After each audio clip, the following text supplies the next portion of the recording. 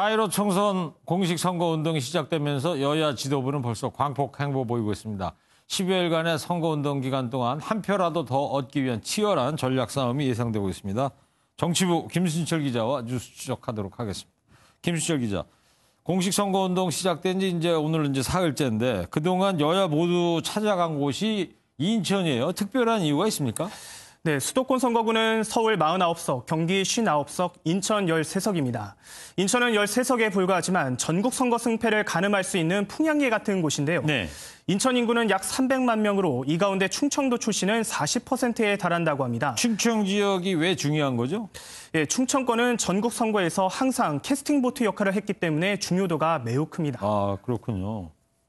인천의 충청 출신이 40% 비율을 보이고 있다 이런 얘기죠? 네, 예, 그렇습니다.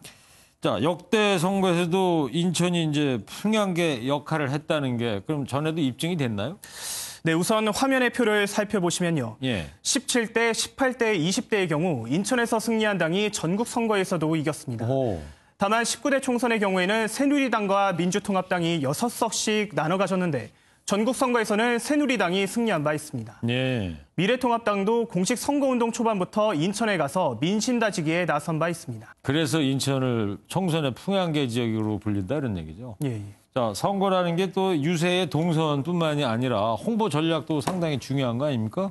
올해 선거는 또 비례정당도 생기고 그래서 이 홍보 선거 운동하면서 꼼수 논란이 많이 제기가 되고 있어요.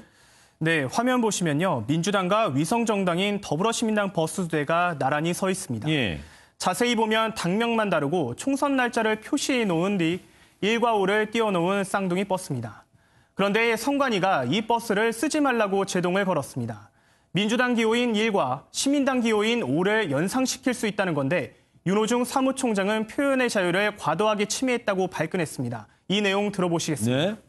떨어져 있으면 이 15가 아니고 붙어 있으면 15라는 건지 저는 이해가 가지 않습니다. 선관위의 지도를 어겨가면서까지 선거운동을 할 생각은 없습니다만 이에 대해 민생당은 꼼수 지능범당이라고 비판했고 정의당은 너무 대놓고 불법 선거운동을 했다고 비꼬았습니다. 네. 한편 한몸 마케팅에 나선 원유철 미래한국당 대표가 통합당 선거 유세 장소에서 핑크색 점퍼를 뒤집어 입는 모습도 화제였는데요. 저 장면이죠? 예. 후보자나 선거 사무원이 아니면 기호나 당명이 적힌 점퍼를 입을 수 없다는 현행법을 피하려 꼼수를 부렸다는 비판도 나왔습니다. 네. 자, 이번 총선의 변수로 떠오른 코로나19가 투표율에 어떤 영향을 미칠지 여야가 모두 촉각을 곤두세우고 있을 텐데요. 예. 조금 흥미로운 선관위 발표가 나왔는데요. 네. 이번 총선에서 적극 투표 의향이 72.7%로 크게 올랐습니다. 18대에는 51.9%, 19대는 56.9%, 20대 총선에서는 63.9%로 꾸준히 오름세를 보이긴 했는데요. 네.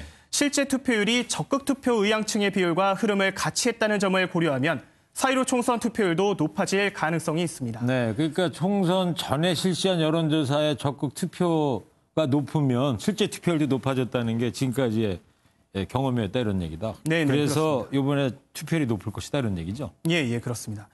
당초 코로나19로 이번 총선의 투표율이 낮아질 것이라는 전망을 뒤집은 셈인데요.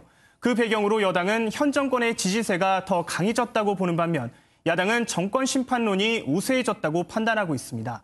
전문가의 이야기 들어보시겠습니다. 네. 내가 정치적인 의견을 제시했을 때 그게 실제로 정치권에 반영이 된다. 이럴 때에는 투표율이 높아집니다. 또 하나는 뭐냐면 이 분노 지수가 높을 때 또 투표율이 높아요.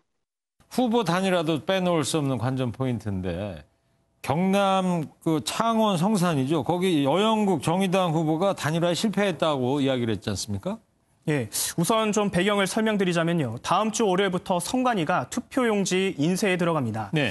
인쇄 전에 단일화를 하게 되면 사퇴하는 후보의 이름은 빠지게 되거든요. 그렇죠. 나머지 후보가 표를 더 많이 얻을 수 있는 겁니다. 네. 그래서 주목을 끌었던 곳 중에 하나가 바로 경남 창원 성산입니다. 그런데 이곳에 출마하는 여영국 정의당 후보는 이응석 민주당 후보와의 단일화가 사실상 좌초됐다고 밝혔습니다. 민주노총 출신인 두 후보는 단일화 요구가 노동계에서 잇따랐던 게 사실인데요. 일각에서는 민주당이 연동형 비례제 추진 과정에서 갈등을 빚었던 정의당과 한 팀이라는 시그널을 유권자에게 주지 않기 위해서라는 분석도 나옵니다. 네, 알겠습니다. 자, 여야 모두 총선 앞두고 돌발 변수에 촉각을 곤두세우는 모양새인데요. 유권자들의 표심이 어디로 향할지 지켜봐야 할 것 같습니다. 정치부 김순철 기자였습니다.